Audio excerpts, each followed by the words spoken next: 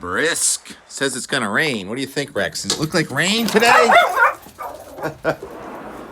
Well, I'll tell you what, if it does rain, that's kind of a good sign for the weekend because I got this old rule.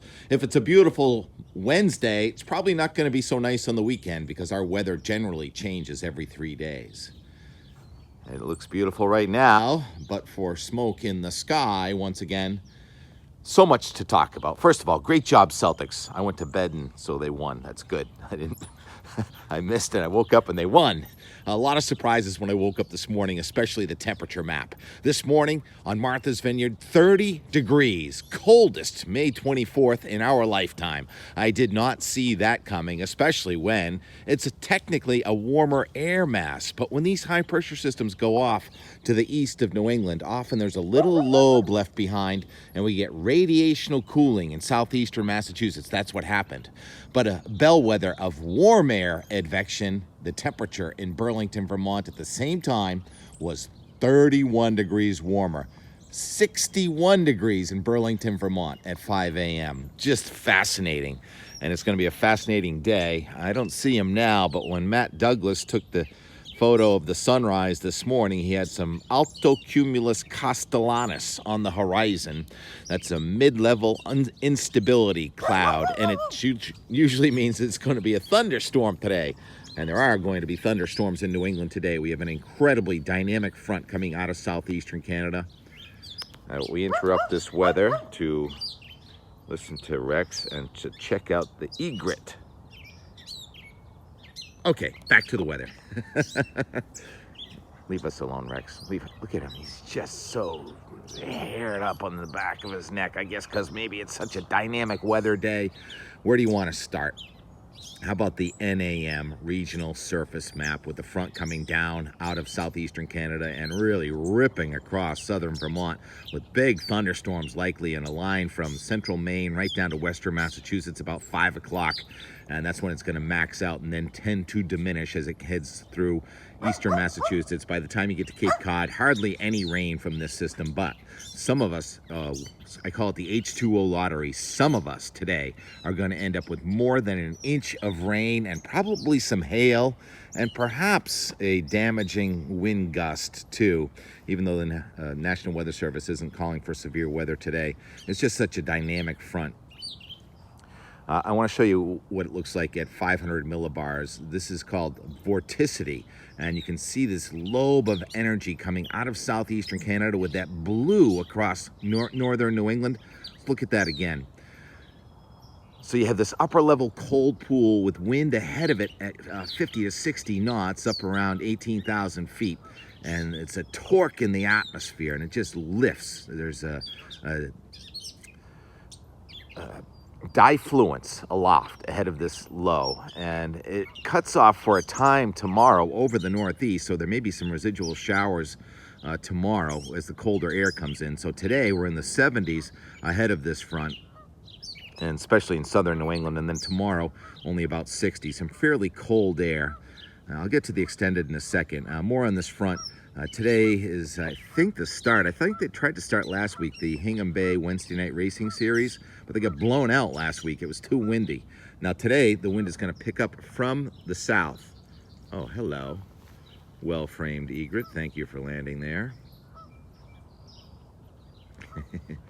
So if you're in that Wednesday evening racing series, I think it's pretty good. Here's the 6 o'clock surface winds from the south at about 10 knots, 15 knots, and then offshore it's more like 20 knots. And then there's going to be this meso low after the race with real gusty wind coming from Cape Ann to Cape Cod overnight tonight with some gusty winds and probably without too much in the way of rain at that point.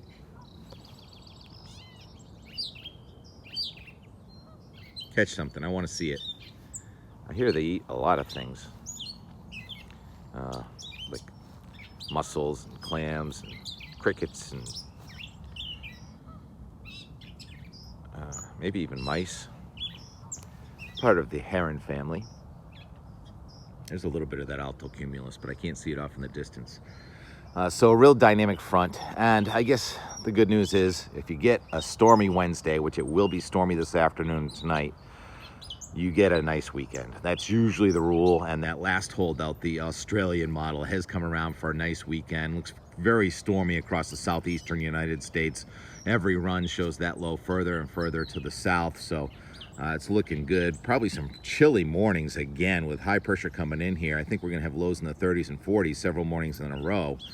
But by afternoon we'll be in the 60s in Boston with a sea breeze. Maybe we'll get the wind to come around from the southwest after Saturday, but inland should be 75 to 80. So just a beautiful Memorial Day weekend. So much going on. I think the Fagawi sailboat race is back to Nantucket. Is that right? And you get the parades on Monday. Everything is looking really good. Celtics coming back to the Garden tomorrow. Nice quiet morning. I'll just leave you with some scenes from down at the boatyard. I would have thought it would have been more busy. It's amazing the amount of energy and effort we put into our very short boating season. But we love it. If it was easy, it wouldn't be so fun, right? Yeah, right. Thanks for the entertainment, Mr. Egret. Talk to you tomorrow. 3 days, 4 days to Memorial Day weekend. Seems a little quiet here. But I think beneath all the canvas and shrink wrap, there's quite a bit of action happening. Eager to start the season. It's kind of short around here after all. Never nothing to do when you own a boat.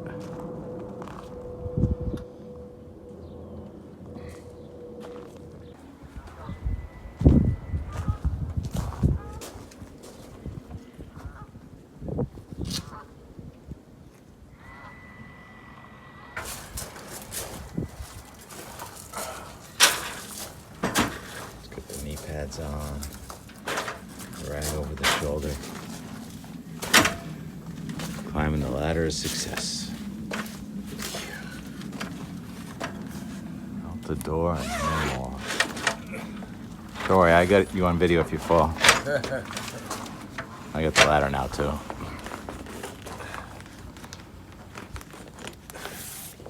Didn't see that. Doing some hot. Those are the combings. Hot coat varnish that does not need to be treated between applications, but you can't tell where you already brushed it on. That's the challenge. If it were my boat, that would be the sign. There he goes. Grace. Grace is right. Oh man, I don't even want to touch this. It's too pretty. It's too pretty. He doesn't even want to do another coat. Hey, the owner's in Florida. Who cares? I'm kidding. We care. He cares a lot. It's already... What are you doing? Nothing. Seeing how pretty it is and how much work you got to do. Looks like a lot of work to me. I think it's called getting cherried out. I mean, look how cherry the bottom is. It's just gorgeous. I'm not sure who did that, but even the prop. This thing is spotless. Let's see what it looks like in October.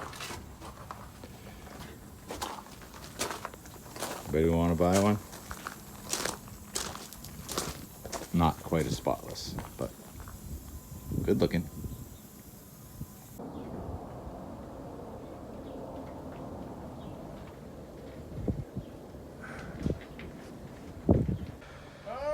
Meanwhile, this is almost like a trophy room. Anybody remember any of these from their childhood? How about you, my brothers? I think we had one like this that was old when we were born. At Mike's, here at Bert's.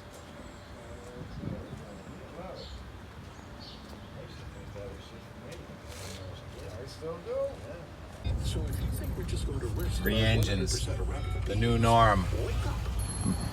Unless, of course, you get a sailboat. Oh, yeah. For sale.